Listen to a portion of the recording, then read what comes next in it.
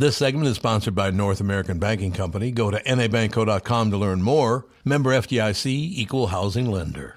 The books I recommend this week are Vince Flynn's Kill Shot, Harlan Coben Caught, Dennis Lehane A Drink Before the War, Malcolm Gladwell Outliers, and a great book, F. Scott Fitzgerald, The Great Gatsby. I recommend it. It's the best. Love that book. It's the best book ever. I'm excited for that. Probably.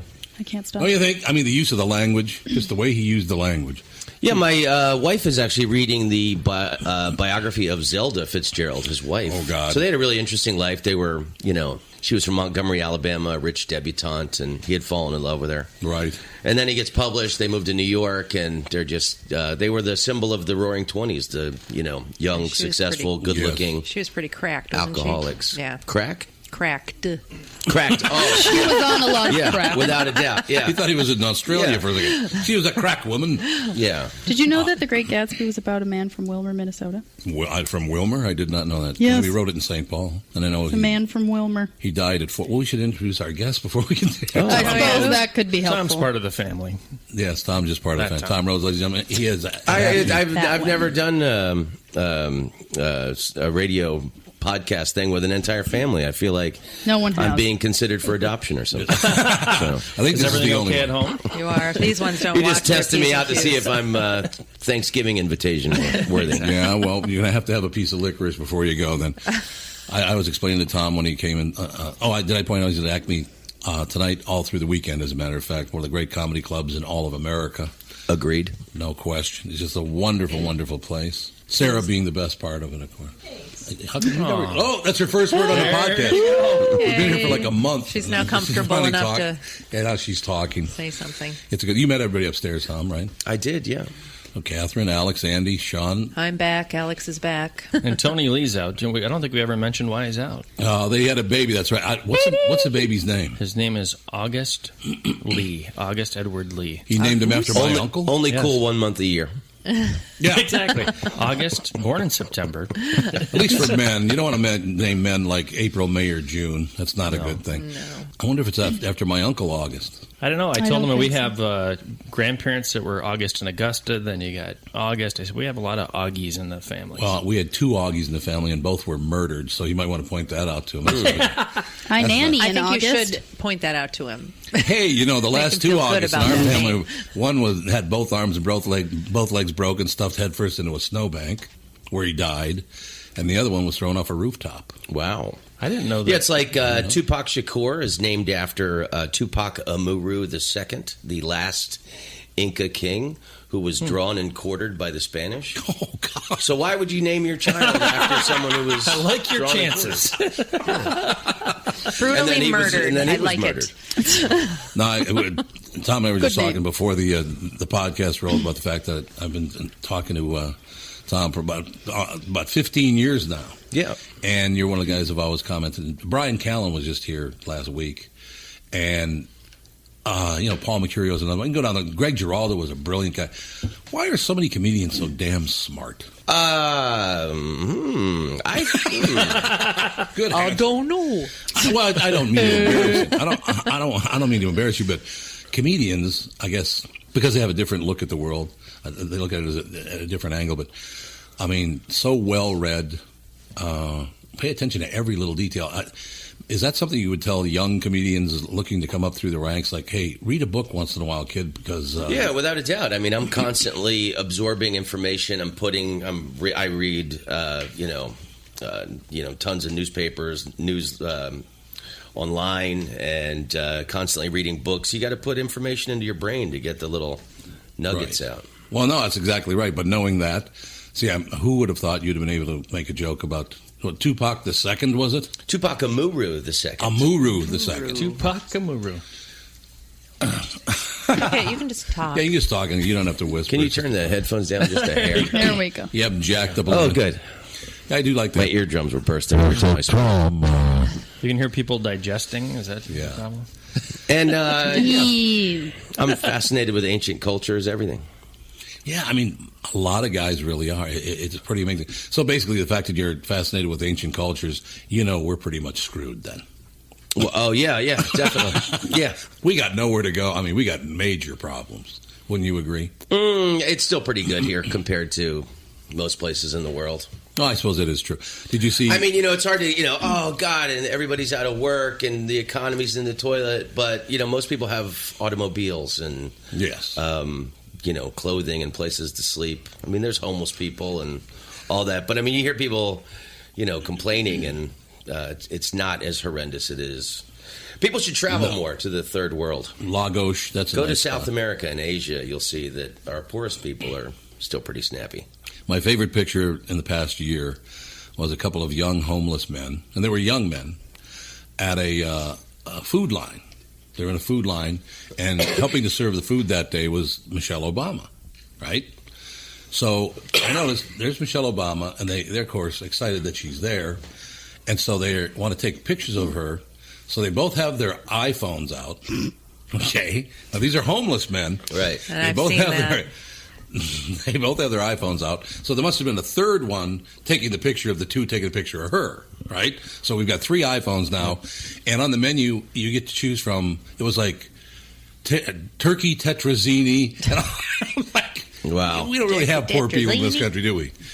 Chicken tetrazzini. Yeah. It was just did you hear what Ralph Nader said 2 days ago? Oh, yeah. What? He said Obama's a war criminal. War criminal. Did you hear about that? No, I've been out of the country. Sorry. Ralph Nader has popped a bolt. Well, we talked about the fact that if people get too political, it drives them crazy anyway. If you get too extreme either way, it drives you nuts. He said... Ralph Nader.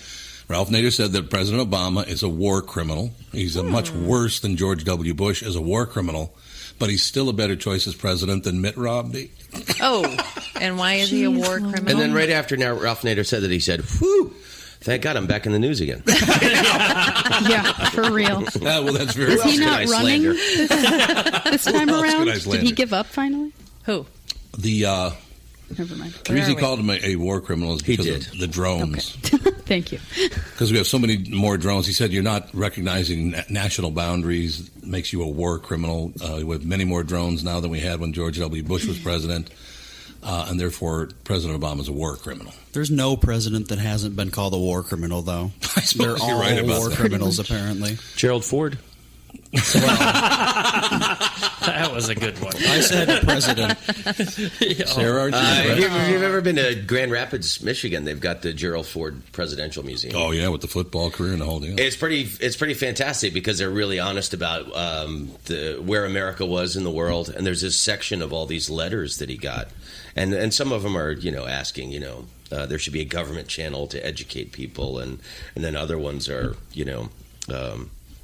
you should die, and just really completely psycho everybody people. Gets those. Everybody good does news. get those kinds Everybody of things. gets those Yes. letters. That's Doesn't good matter news. who I mean, you are. it's, I do.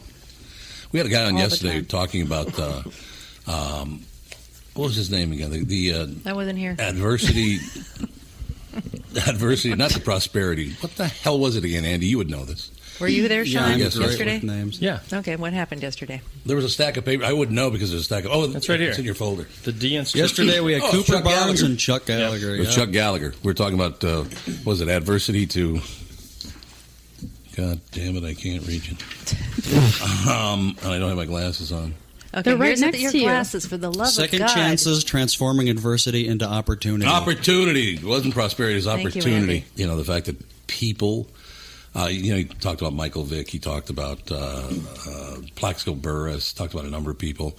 He talked about how he had been busted for a Ponzi scheme and how he got everybody paid back. And then we discussed a situation that happened to me that when I remember when I told that one politician to drop dead and he died in a plane crash 39 days Oh, later. I thought you were talking about that Ponzi scheme. That wasn't your involved in. fault. Well, that's not according to some of the emails. It was. I will tell you that.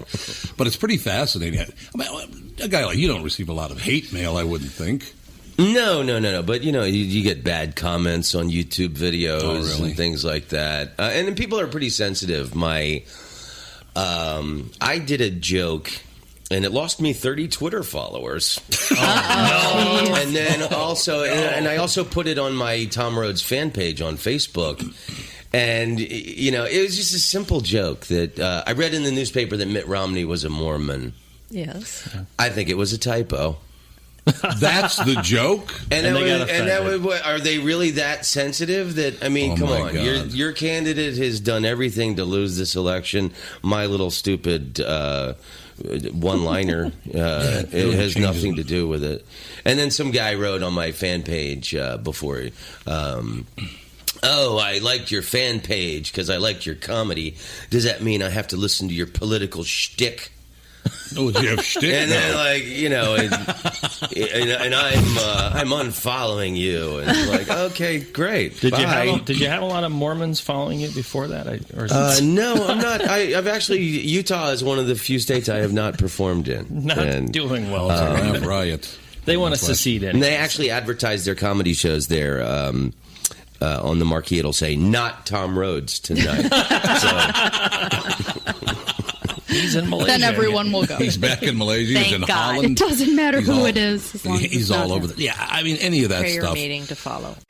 From Bradshaw and Bryant, Michael Bryant. What's up, Allie? Oh, not much. Doing my usual thing of telling people they shouldn't be texting and driving. In Minnesota, you can't have your phone in your hands. You can use, hands-free, but you can't have your phone in your hands for whatever reason. And that's why they made the law the way they did, so that police officers could see a phone in your hand, and you got no excuse for why you got it there. Do people know that that's the law? I hope so. I mean, they used to follow it, and then kind of COVID kind of made people forget, and now it's like a freewheeling world out there with cell phones. Let's say you get pulled over because you do have a phone in your hand and you're not watching where you're going. You got to be in pretty big trouble then, I would guess. Well, the first one's not as bad. It's the multiple ones, the problem. And once people start stacking them up, then they have a big problem. And then what we're doing in car accidents is we've started bringing motions for punitive damages, because I'm trying to use the civil law any way we can to stop this, because it needs to stop. Whenever I'd had any problems in my life, who was that I called again? It was like an MB, something like that. Bradshaw and Bryant. Why should your business bank with North American Banking Company? Here's Brian Thiel, president of Abrasives of St. Paul. What I like best about North American Banking Company is the small town feel with great products and very good service, and I love the people. I would definitely recommend North American to other business owners. A lot of banks I could choose from, and North American Banking Company is the one. So why not bank where I bank, with my friends at North American Banking Company? Go to nabanco.com to learn more. That's nabanco.com, or stop by any one of their 6 Twin Cities locations. Member FDIC, equal housing lender. I honestly first of all, I was the first media guy in America to come out in favor of gay marriage. Okay? In America. Nobody else had Is come. that documented? Is that really true? Well, it better be documented. And I said, what the hell would I possibly care what you do with your parts? I mean, you just leave the kids alone and leave the animals alone, and you go get whatever else you want to get. Love is love wherever you find it. Right, exactly. So, sitting around one night, I see this picture of Adam Lambert. And I didn't realize it was a man. Started feeling a little tingly sensation. I didn't. I'm not kidding. Wow, I didn't realize it was a man. Please bring down the lights. So I said, why is it every time they talk about Adam Lambert, they show a picture of his sister? You should have seen that the email. I got in a Twitter fight. You got a Twitter battle over that. If you saw the photo, you look like a woman. I'm sorry. Really looked like, yeah. I mean, extreme woman. And I didn't say, oh, he's gay or he's this or I thought it was his sister. Oh man, did they? You homophobic son of a bitch! No, Dad, did you see how that Twitter war or whatever ended up with that woman? No. She was like, she sent a message to you and was like, "Your son is very intelligent, and you should follow what he says." And I was like, I'm a female. Oh, that's right, Alex, because you wrote Alex. Yeah. You should follow what he says, Alexandra. Well, isn't that interesting? Well, it shows you where technology is now, and that like in comedians making jokes, I mean, like people can get in on the conversation, and they can comment, and they can say nasty things to you. Right. I have a podcast, and a few episodes ago, I had Ryan Stout on, who you probably have seen Ryan, I think. Beautiful man, one of my favorite comedians, and I've known him for years. He's a really good guy. He does a big rape hunk, and I talked with him about it, and I put that on the description of the episode that he revealed this, and that rape joke thing was a controversy a few months ago, and some woman left me a comment, and obviously she was unhappy. Maybe had experienced something unpleasant, shall we say. I mean, and I feel bad. Right. But I mean, it's you don't know. You could say anything, and somebody's going to take it the wrong way. You know. I think rape is probably pretty much assumed. There are a lot of people that are going to take it the wrong way. I wouldn't you're make joking jokes about it around myself. Yeah. You know. So And I mean, if you're find going, it if very you're going to unpleasant, I know people that I love that have experienced that horrendous tragedy, Right. and So, I mean, if that, I you're don't gonna find make anything that, funny about it. I don't find child rape funny, anything to deal with kids. But I don't. I think you could say anything, and somebody's going to find. I mean, who knows what triggered that woman's emotions to say? And I heard you had a great podcast, and you were very intelligent, and you've lost me forever, or something like that. I'm like, oh, I tried to write the woman, but she probably. But you were talking about him about why he found that amusing, or why he put it in his. Yeah, I mean, it's actually, he's got real clever sucker punch jokes. I mean, you think he's going one way with it, and it ends up another. Oh, okay.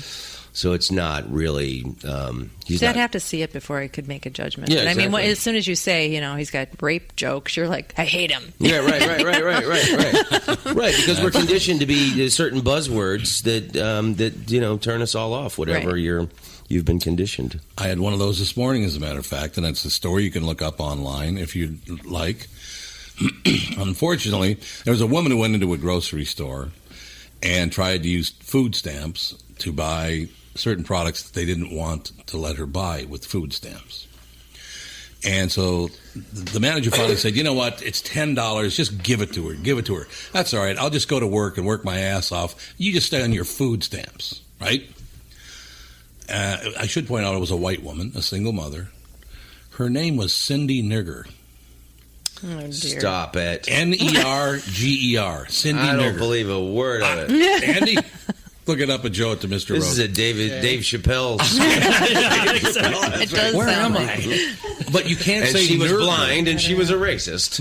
Yeah, she was Big J. Okerson helped write that. That's one of my favorite bits of all time. Yeah, Big J wrote. He kind of touched it up at the end. But her name was Cindy Nerger. And you can't say Nerger. You can say Nerger, but I'm sure I would, if that were my name, I would pronounce my name Nerger or something like that. She should change her name to Cindy N-word. Yeah, Cindy N-word would be good. But of course, many people didn't hear what I was saying. Right. Even though I tried to explain it 5,000 times. Did you find the story yet, Andy? Yep. Cindy Nerger alleges Kroger manager mocked her for using food stamps. So saith the Huffington Post. Honey, I think that's Brian Callen. Would you answer that? Okay, I'll just leave. Okay. Bye-bye. Thanks. What do you think of our podcast? No, we just try to be very. I think certain members should focus a little harder. Like me. No, the one thing I like about doing the podcast is the fact that you just kind of do it, and if the phone rings or if something goes wrong or whatever, and say, Andy, so read the story or whatever. So the story is, where did you find it? Huffington Post has it. So does ABC. Everybody's got it now. Yeah, it's a story that just broke this morning. And 2 days ago, actually. It broke 2 days ago? According to the Huffington Post, 9:24 at 11 p.m. That's 11 o'clock at night. Kind of odd. But I thought in that story, the only thing that I would have appreciated is, since she was a white woman, if it was a black man who said to her, well, I'll just stay at work and then you go on food stamps, you get it whatever you want. The guy was not fired for telling her that, by the way. It's a Kroger food store, right? Yep. Apparently they're America's largest grocery chain. Kroger? I'd never even heard of them. No. They may have a bunch of other. Never heard of Kroger? They don't have them up here, huh? Yeah. They're down south. Now, we have to talk about the fact that how many different television shows have you had? Oh, you mean like including specials or like actual television shows? Well, first of all, we should point out, I believe this is a fact, that you were the very first comedian to appear on Comedy Central. First comedian to have a development deal. Oh, okay. That's what and I think I was the first one to have a special, because that development deal led to Viva Vietnam, this hour special I did.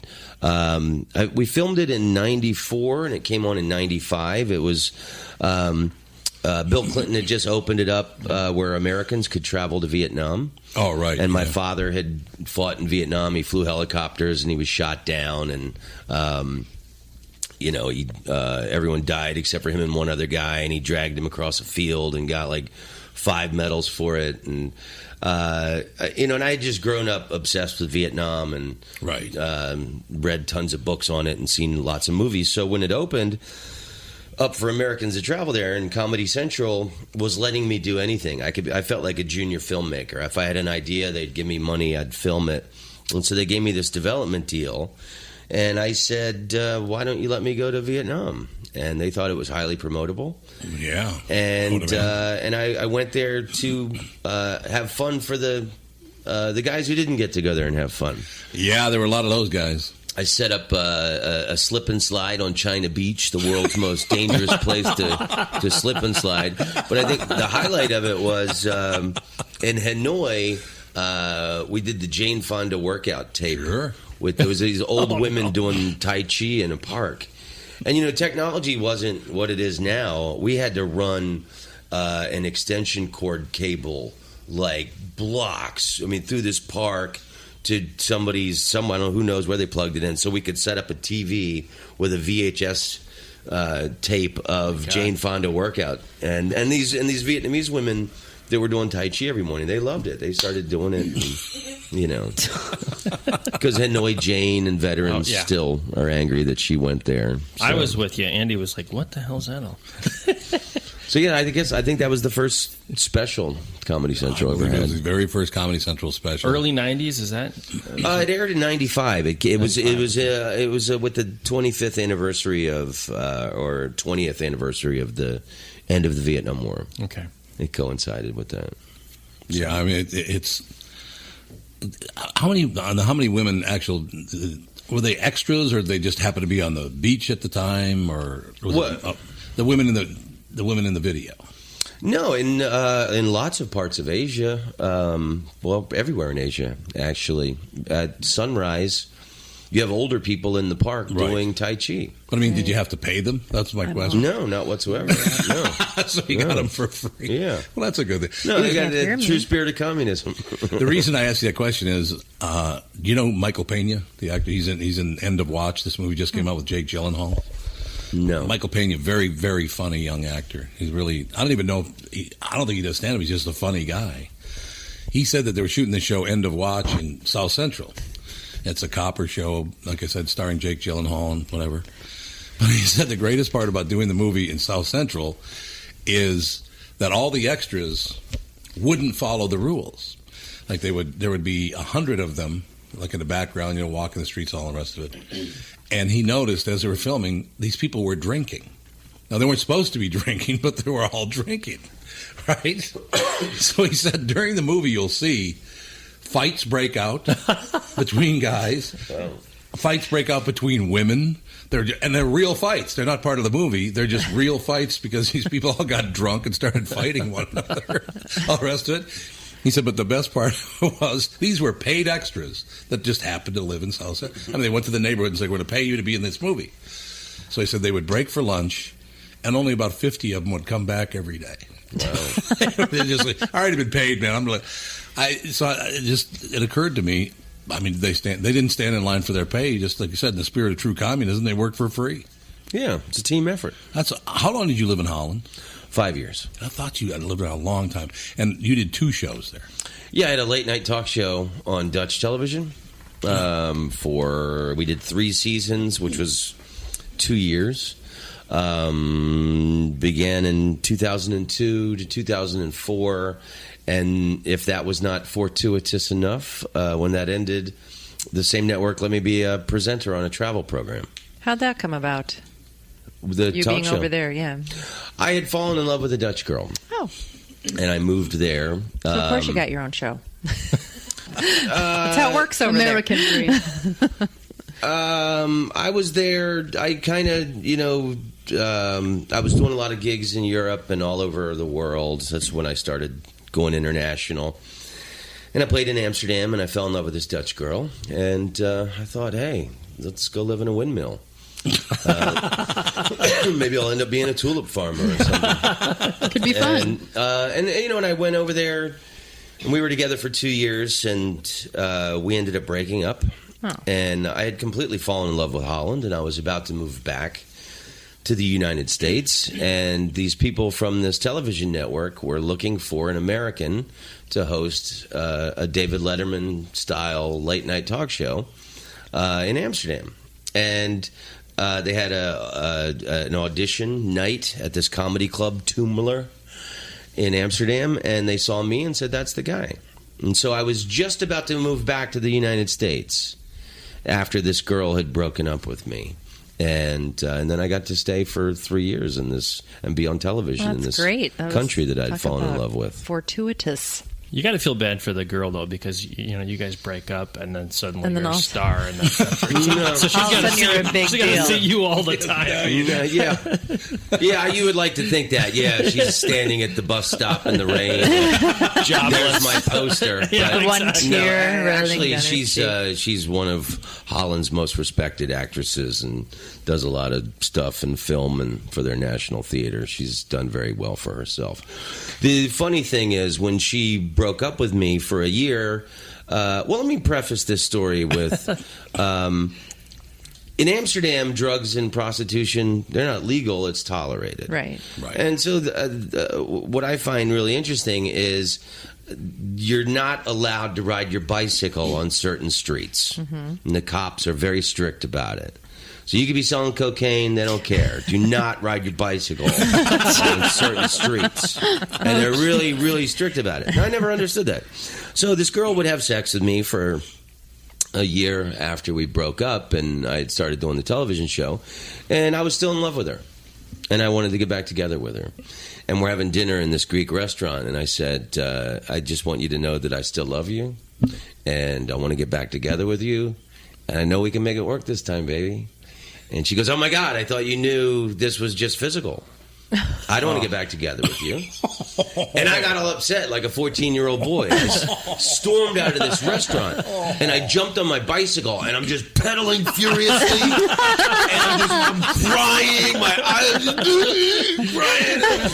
Pedaling, and I turned up Leidsestraat, one of the streets you're not allowed to ride your bicycle on. And my front wheel went into the tram track. Oh, God. And I went over the handlebars, and I landed on my face on the street, and my forehead a bad day and my worse. nose and my chin were just scraped to hell. And then the next morning I woke up, and my face was mangled.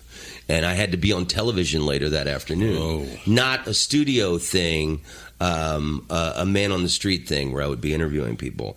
And I didn't know what to do. So I went to the Bijenkorf. It's the biggest department store in Amsterdam. And I went to the makeup area. And there was one chair open. And there was this gay guy. I sat down and I told this gay guy my whole life story. I go, I'm a stand-up comedian from the United States. This girl, she broke up with me, and she was still having sex with me, and I want to get back together with you. And she said, I thought you knew there was such physical. And I have to be on television in 3 hours. Please help me. And the guy went to work on my face, man. And the guy, he goes, don't worry, I am a professional makeup artist, and I am also in love with a bastard.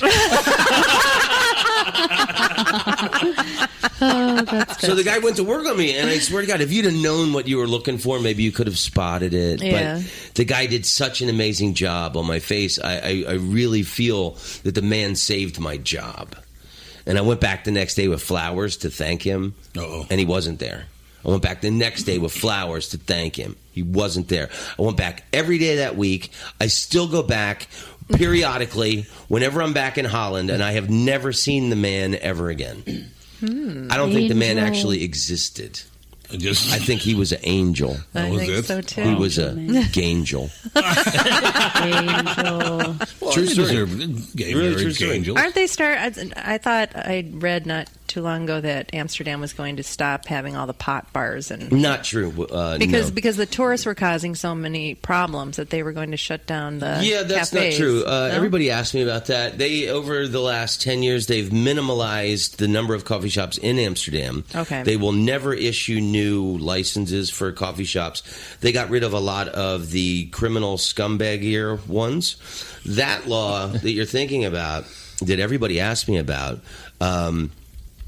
is pertaining mostly to the Dutch villages that border Belgium in the south and Germany on the west. Okay. A lot of Germans and Belgians come over to wipe their dick on the curtains, shall we say? And be more specific, they just come over and party and they'll smoke weed and just really you made her go for a tissue. Oh my God! She was thinking about her curtains and how much she loves them. And now I'm dry cleaning everything in the house. That's the image. I mean, it is a very disrespectful thing to wipe your dick on someone's curtains. It really is. It's frowned upon. So that law is really to protect the border villages. Oh, see, I thought it was downtown Amsterdam that they were having problems with tourists. The Dutch are historically great business people, and the drugs and the prostitution bring people in. It's frowned upon within Dutch society. They're very Calvinistic Christian people. They believe in partying, but after you've worked a 16-hour day. Yeah, there you go. And you're considered either a teenager or a tourist if you smoke weed.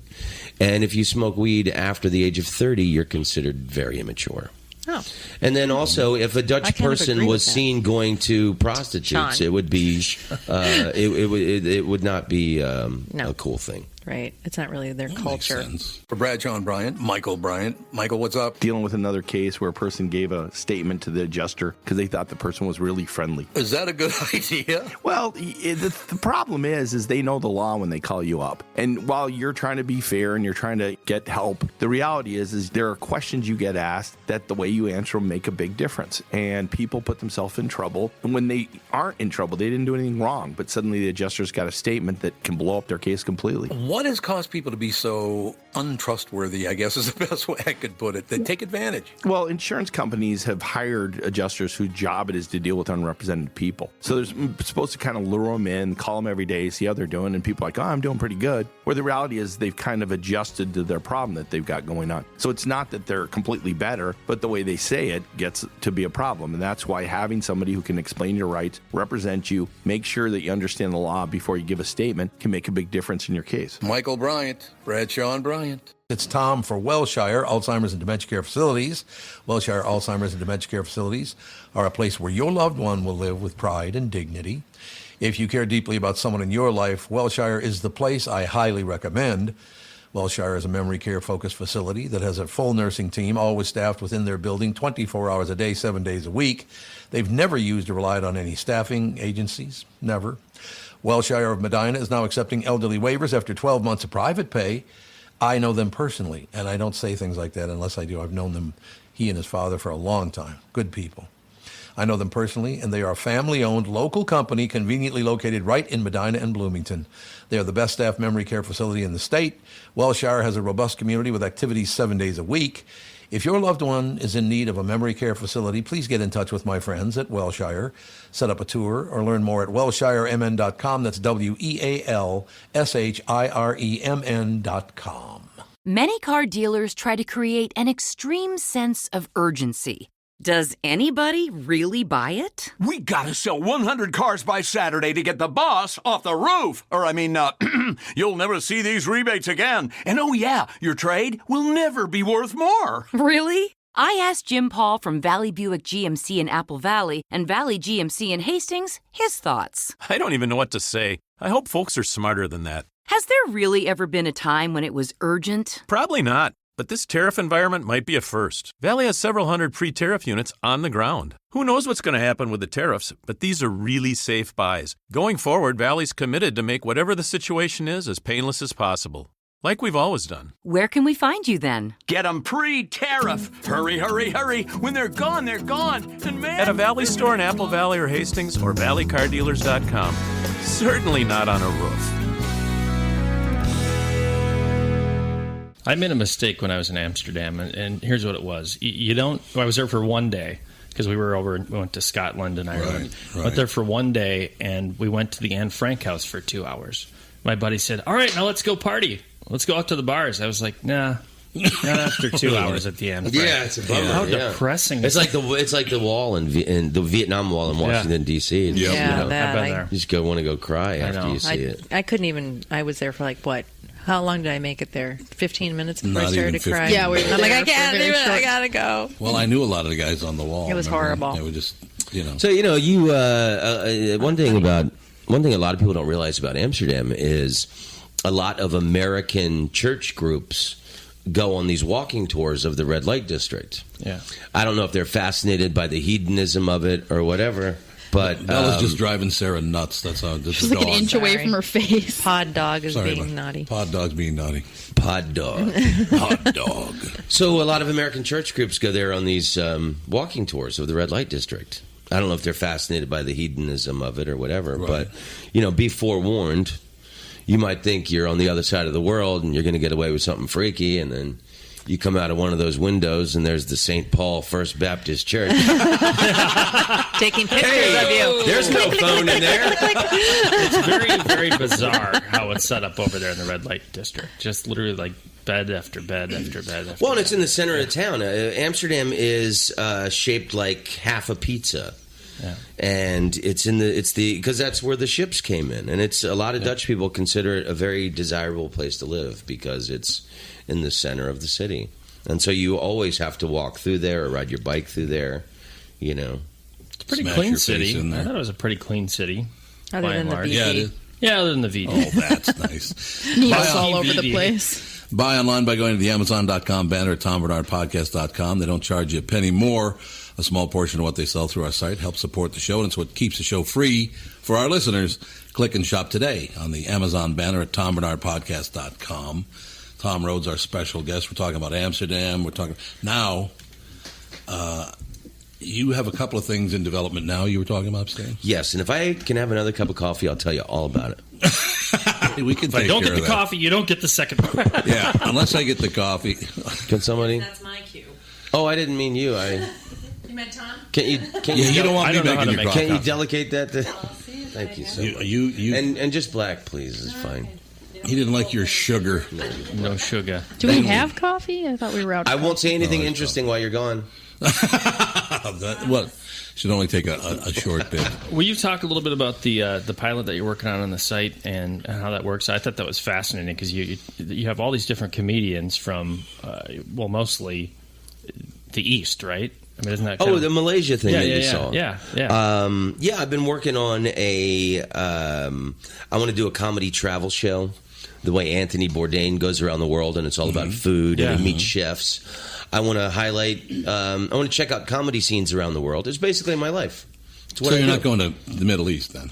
I would like to do one on Israel. There's a fascinating little scene in Jerusalem that I read about. A Jewish guy from Wisconsin has moved there and opened a club, and occasionally Palestinian comedians will come on. So I think that would be really fascinating to see if the brotherhood of comedy supersedes the political tensions that they have there. That's a brilliant idea. That would be fascinating. And there's other places. I mean, a good friend of mine from the Washington Post, Rich Leiby, is now the Washington Post correspondent for Pakistan, and there's a little comedy scene there in Pakistan. Yeah, and I've read about Afghanistan and Iraq also, but I don't want to go to those places. No, not a lot of funny stuff. But I'm trying to write a 5-minute hunk on drone warfare, and then. Don't you hate it when a drone comes over and you don't see it coming because they don't make it? Hate it when a drone kills your goat herd. Well, I mean, I've talked to people who have lived in the Middle East, and they say the Middle East is nothing like you think it is, that they actually do have a sense of humor. The average person, they said, all you ever see are the politicians and the extremists. That's all you ever see. So the average person in the street, they just want to get through their day just like you and I do. Right. They want to have a few laughs. They want to have a nice meal. They want to wipe their dick on the curtains. Well, I made this pilot on Malaysia and on Kuala Lumpur, and Malaysia is a Muslim country. And their ethnic makeup is you got Malay Muslims, Indian Hindus, and Chinese Buddhists or Christian. And there's a great young comedy scene there. And they ruthlessly make fun of each other's religions and ethnicity, which, like in the States, we're more touchy about that. Yeah, we are now. And they're really, I mean, and like the perception of like Muslims not having a sense of humor, these people have a rich, explicit, a wonderful sense of humor. And they have great humor and make fun of each other's, religions and beliefs. And I made this wonderful pilot on it. And Comedy Central turned it down, and so did the Travel Channel. But you know what? Really? You got to keep. But I'm still making it. I got. I'm starting to edit. I got Australia and Ireland next that I'm editing that I've already filmed, and then next month I'm going to Korea and Jakarta, and I'm going to make episodes out of those. And you've been to one of my favorite places on the planet several times, Galway, Ireland. Galway is one of my favorite places on the planet Earth, and I play there once a year. Have you ever been to Galway, Tom? I have, absolutely. Ain't nothing in the world like a Galway girl. Exactly. Did Steve Earle do that one Steve originally? Earle wrote that song, and that you hear that song everywhere in Galway. Galway, for those of you that don't know, it's about 50,000 people? It is a small seaport university village on the west coast of Ireland. If you were gay or an artist in Ireland, you would move to Galway. Yeah. Would you turn your head and look at me when you said that? Because you're a gay artist. I think you have a pretty mouth. Well, thank you very much. Yet there's tons of music. I do a lot of exercises, Tons of music there. I mean, it's just an amazing town. People music jumping out at you all over the streets. On the streets,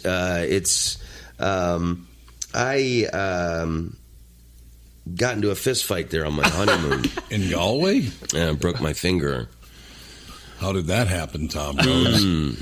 He doesn't want to talk about that too much. Well, I play there once a year. Yeah. And one of my best friends in the world, Kevin Healy, owns the Roshan Dub, which is the classic rock bar. Yeah. Anybody who's anybody in Irish rock history has played there. And he's one of my best friends in comedy. And so I should preface this with, I should just tell you the full story. A week before, my sister died of breast cancer. And I got married at her hospital bedside the day before she died. Really? And I think I might have had a little anger about that. Yeah. And so, cut to, I'm in Galway, and my friend, who I love, his brother was with us, and there's a late night hamburger place in Ireland, and it's called Supermax. And you do not want to be in Supermax after midnight because it's all drunk, soccer thugs. And these guys, there was these 4 guys in there, and they were messing with. They were looking for a fight, and my friend's a little pudgy, and they keep going. We'd all been drinking. It's like 2:00 in the morning, right? And they're going, "Hey, you don't need any hamburgers. Look, you're fat." And he's like, and he's just shrugging it off. He goes, "Are you kidding?" He goes, "I'm not fat. I'm an athlete. I got my body just where I want it. Everything is." He's just smooth. He's making jokes. He's deflecting all their aggression. Yeah.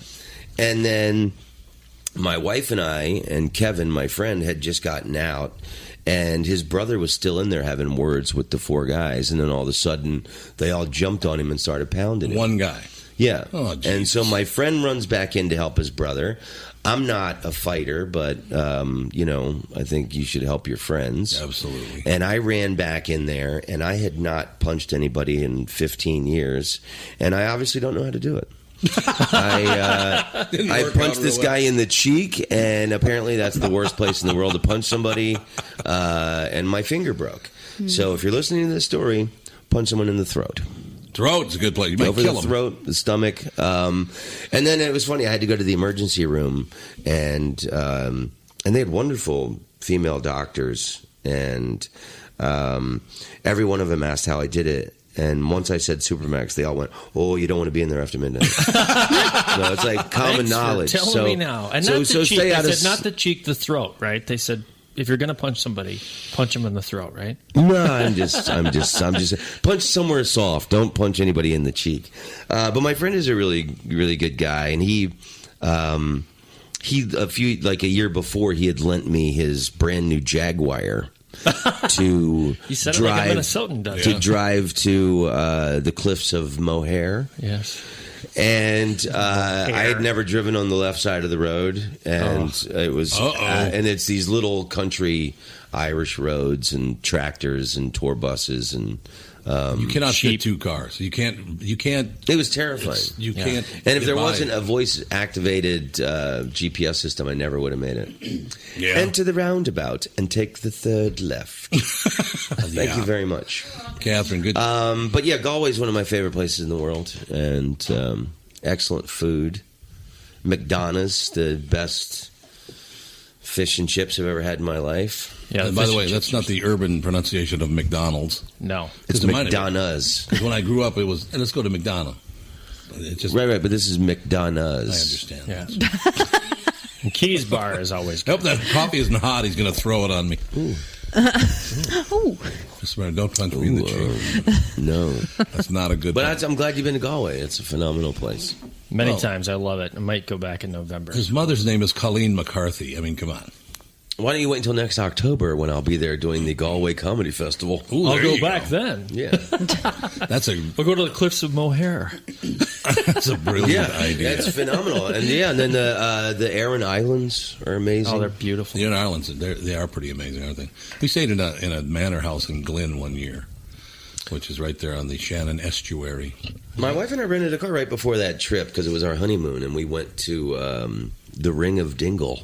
Oh, yeah. The Ring of Dingle. Which sounds very odd. That's where I smashed the car into the wall. Yeah. Have you been there? Yep. It's beautiful. And we rode horses out there. It's like the traffic are like sheep herds. You got to stop and let sheep get out of the road and stuff. Yeah, absolutely. And then we had to stop and let Alex throw up every about mile and a half. It's not a trip unless she's vomited. That's just how it works. I heard you threw up in Iceland. Twice. Oh, my God. Are you a vomiter? Yes, she is. I am. Are you a vomiter? You can tell by the color of her face whether she's going to go or not. Gray. You're like, oh, no, it's gray. She's got about 4 minutes. It's bad. Fine. I've perfected it, though, because we've been on so many trips where I've had to throw up because of car sickness. I'm like, I can talk myself into waiting until we get to like a bathroom now. I don't have to be like, pull the car over. Why don't you take a So now it's an Dramamine? art. She did. I took 2. Doesn't matter. Take 3. The understanding now. Just keep The whole taking bottle. more and more until you don't throw up. I need to get one of those patches for Yeah, behind there the you ear. go. I guess those are magic. They do work. Tom, will you ever do a family podcast again? Just got this look. I've always been wondering. He's like, why are we I don't think talking Tom about gets up this early vomit? usually. Is I the know, big he's like, difference. got that look like, Like Jesus No, Christ. you guys are like, a more stable Royal Tenenbaums. Yeah, well, that's just slightly more stable. Slightly more stable. Do I get to be Luke Wilson? Good choice. I love You Luke look just Wilson. like Good choice. I do love Luke. One thing I must say about Holland, and been there, but just been through the airport. Basically, I've never been in Amsterdam, but at Schiphol, is the women there all look like they're from Minnesota. They're all they're tall. Yeah. It's true. They're very tall, blonde, and blue-eyed. Very, very pretty women. Yeah, I used to say, women in Holland are beautiful, and it's true. When I lived there, every once in a while, I would have to go to England just to rest my eyes.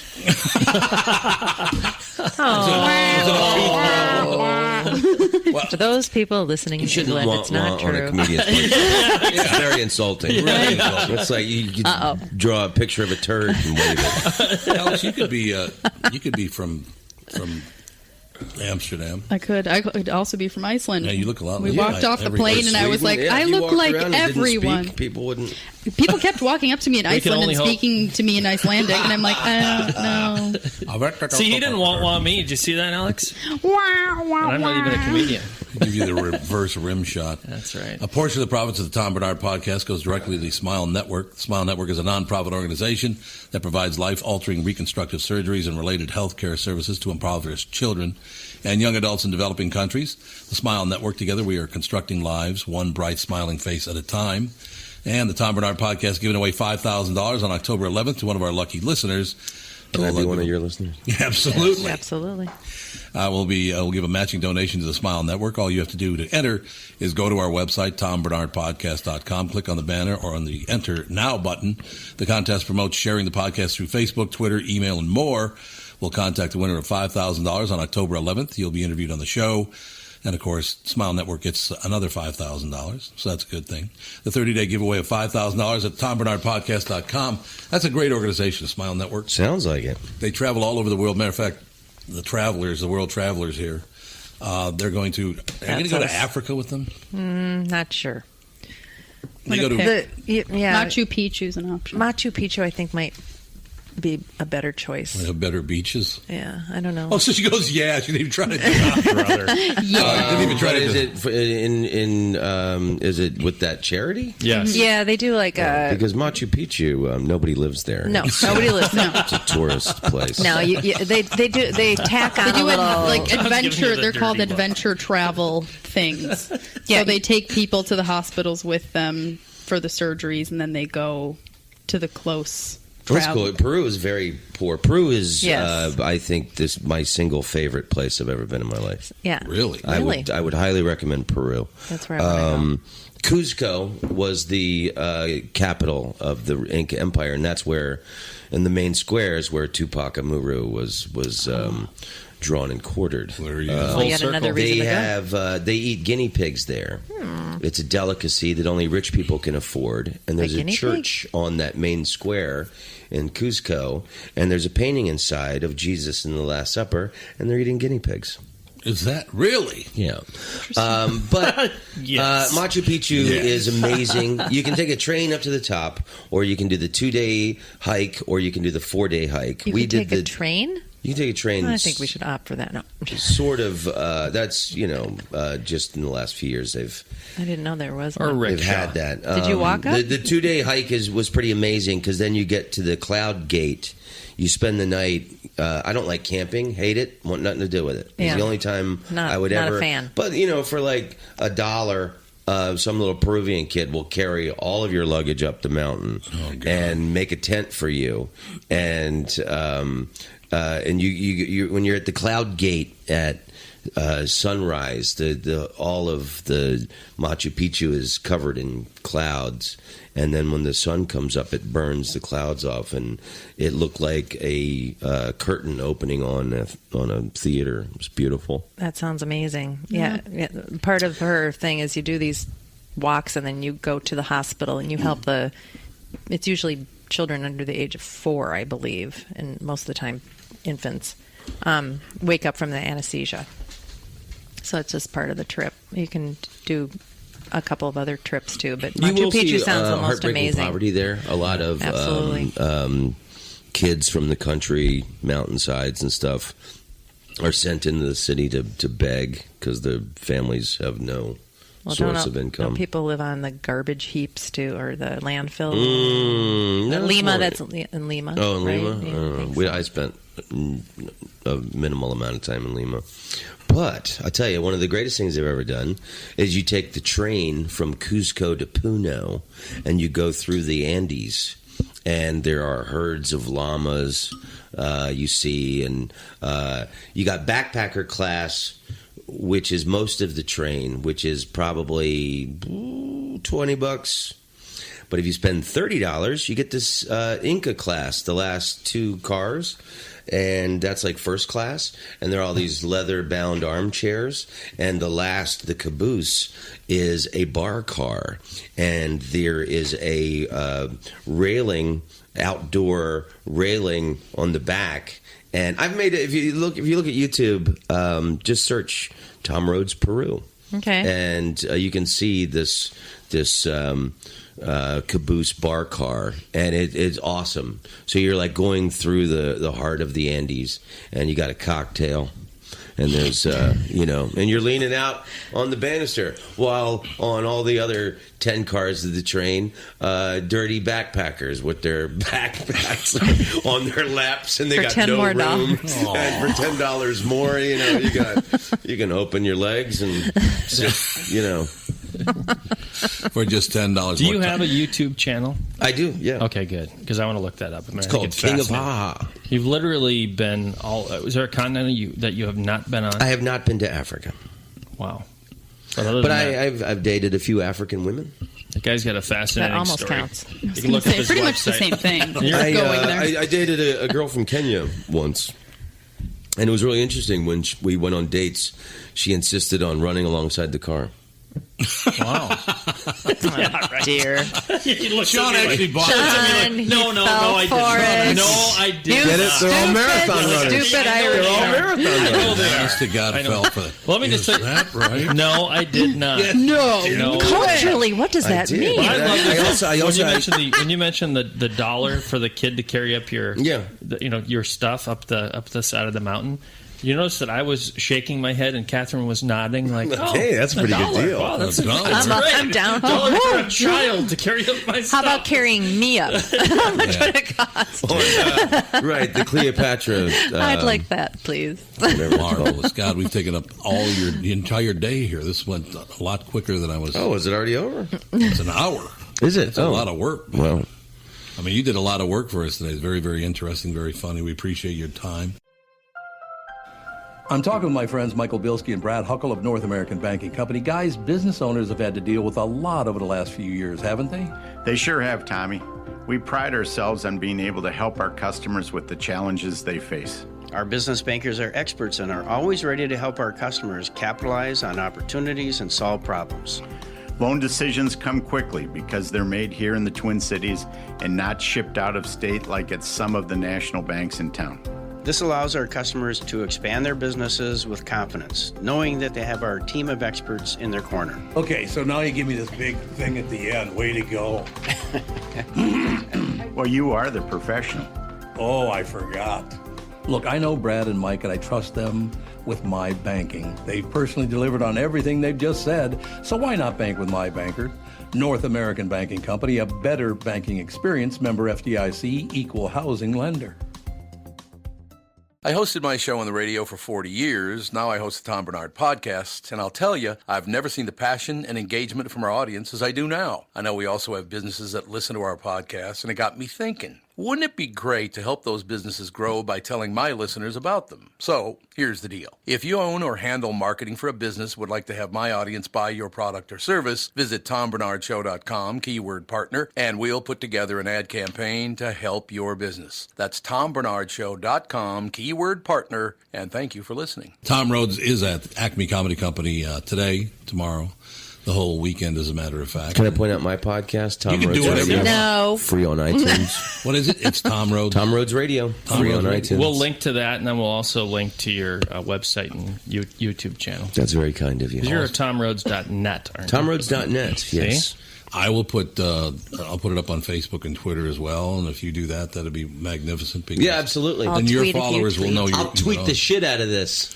I mean, it's because then your listeners, all of your fans out there know that you have an interview, and they know you're an interesting guy. Except for that one person said, "I hate you, and I'll never follow you again."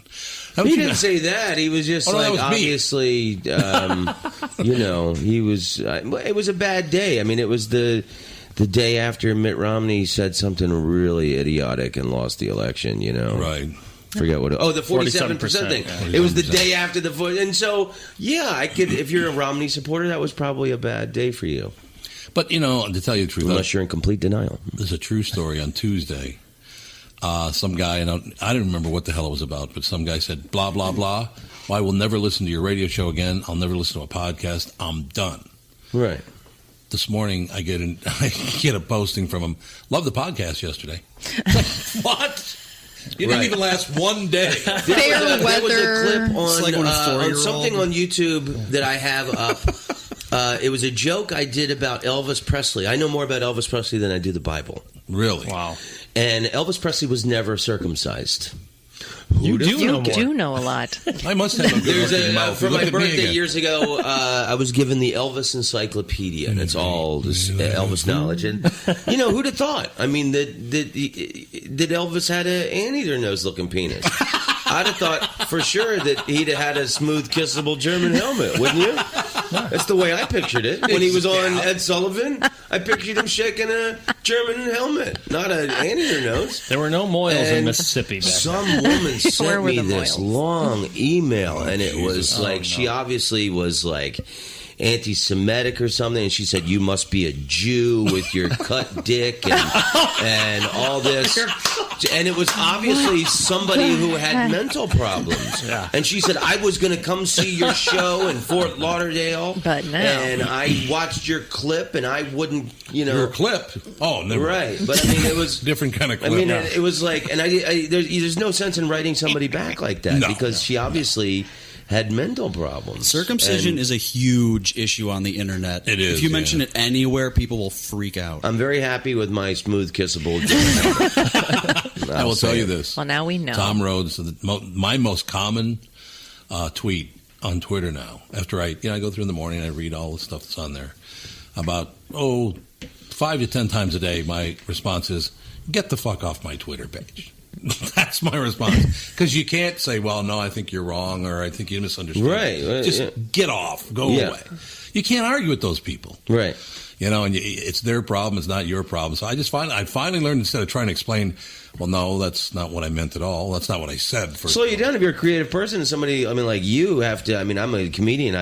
You have to come up with stuff to talk about every day. I mean, you can't slow down your process. I mean, no. So I don't think comedians should, be apologetic for their material. I mean, unless it's a rape joke or something. I'll ask you one more. Like I said, I'm sorry it's great having you on. Don't get me wrong, but I don't want to hold up your entire day.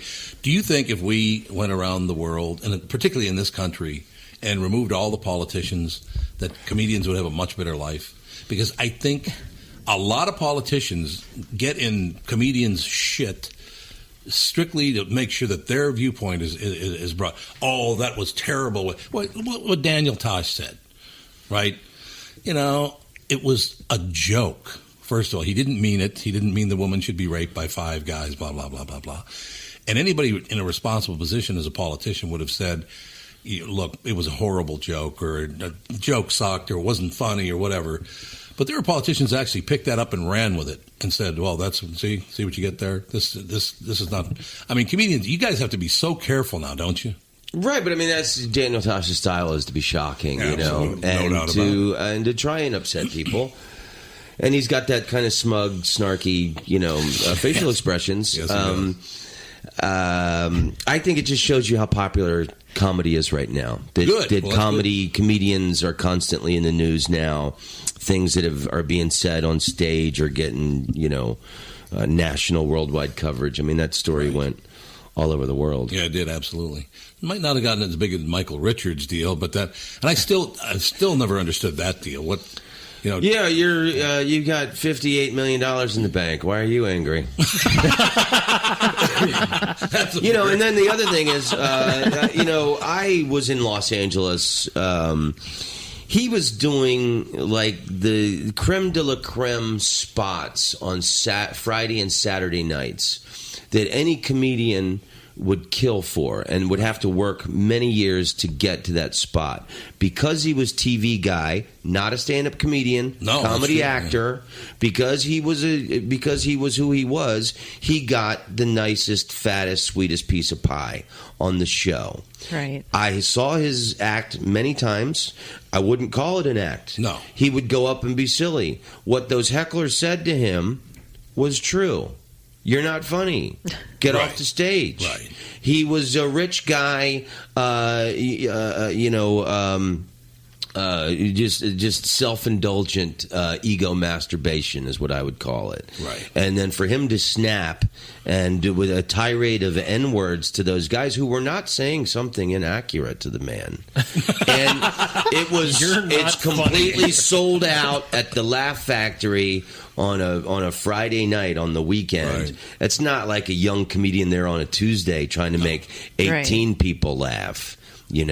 So for him to snap that quick, I think probably says a little bit about the guy. You think there was any history there? I mean, I had never heard him of anything like that in his past, but I guess... Well, and let's not forget that ABC tried to do a show. I'm one of the few people that remember. A show to rival Saturday Night Live called Fridays. Yep. Apparently, Friday isn't that guy's day. And it was a live thing, and they had rehearsed it, and he famously wouldn't say his lines. Right.